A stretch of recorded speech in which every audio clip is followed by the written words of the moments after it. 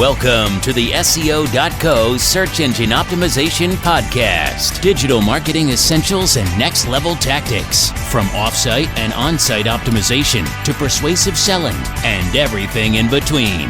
You'll learn actionable tips on what it takes to outright and outrank your competition.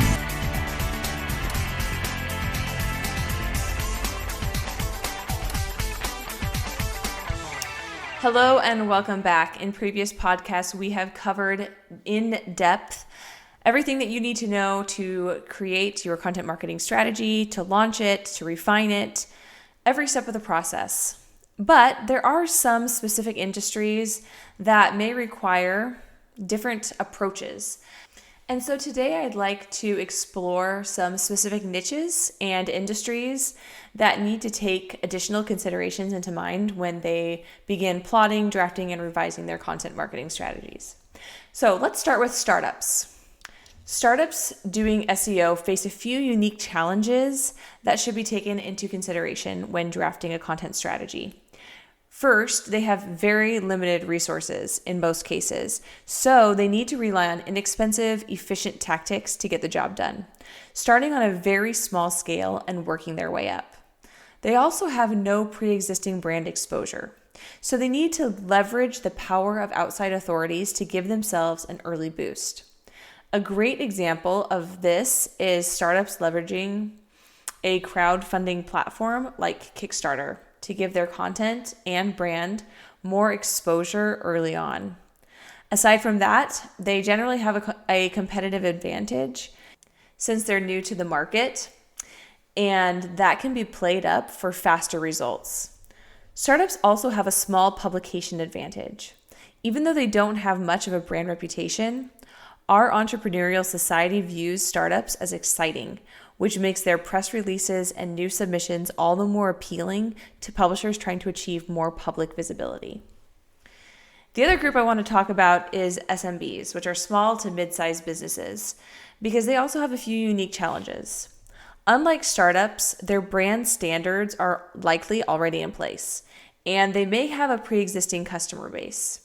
They have limited resources and limited teams, so a bold strategy out of the gates isn't possible. But their existing customer base can provide a significant platform for early success. Use your customers for surveys to gather information to inform your direction, and use them to help build and support your early social following. SMBs may also face stiffer competition.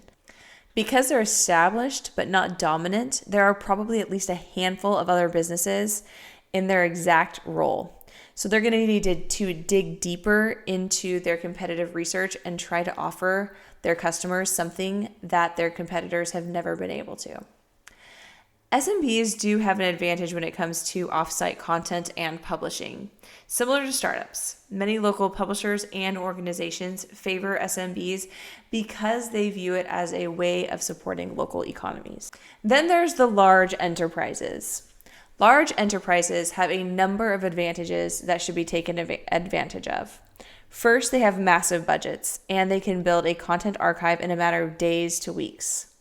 Second, they have large teams, and they can leverage the power of many personal brands simultaneously. And finally, they usually have huge audiences already, which gives them one particularly powerful edge: being able to rely on user-submitted content to bolster their positions. One example of this that comes to mind is Target. When I'm shopping for clothes on Target, often there'll be an image of a model wearing the outfit. But then they also have the power to have their customers share their personal images. And seeing the clothing on normal people in normal situations helps the product to feel more relatable, and it makes it easier to sell. Next, I wanted to talk about marketing agencies. Marketing agencies are unique because in addition to drafting a content strategy for themselves, they may need to draft content strategies for all of their clients. So when it comes to supporting your own agency, you want to be sure to prioritize yourself. Your potential customers will be looking at your content efforts to determine whether you're good enough to be handling theirs. So there's a lot on the line here. When it comes to drafting content strategies for other companies, there's one piece of advice that matters more than any other. Truly get to know the brand. Don't just copy and paste the same strategies that worked for you on someone else, because the same strategy won't work for everyone. Learn what their brand standards are. Learn what their values are. Immerse yourself in their target markets and competitive niches. Only then will you be able to create content strategies for them that truly resonate and perform. And if you're an SEO agency that needs backlink services or content marketing, our white label link building here at SEO.co may be a very good fit. Finally, I wanted to talk about SaaS companies. The software as a service model has become increasingly popular, and content marketing strategies are exceedingly popular and effective for them. Rapidly scalable, inbound focused, and purely digital content serves SaaS marketing needs perfectly. Because of this, of course, there's a stiffer competition for new SaaS companies trying to break into the market. Unless you serve a truly novel function, you'll have to use your wits with your competitive research to find weaknesses in your competitors' strategies. You'll also need to harness the power of content marketing in different ways. Rather than merely providing general information to your target markets, you'll also need to provide content in the form of help or support. For example, Salesforce has risen to such prominence in part due to its massive and ever-expanding library of resources and support for its core product. This is because customer retention in SaaS companies is arguably far more important than customer acquisition. That's it for today. Thank you for tuning in.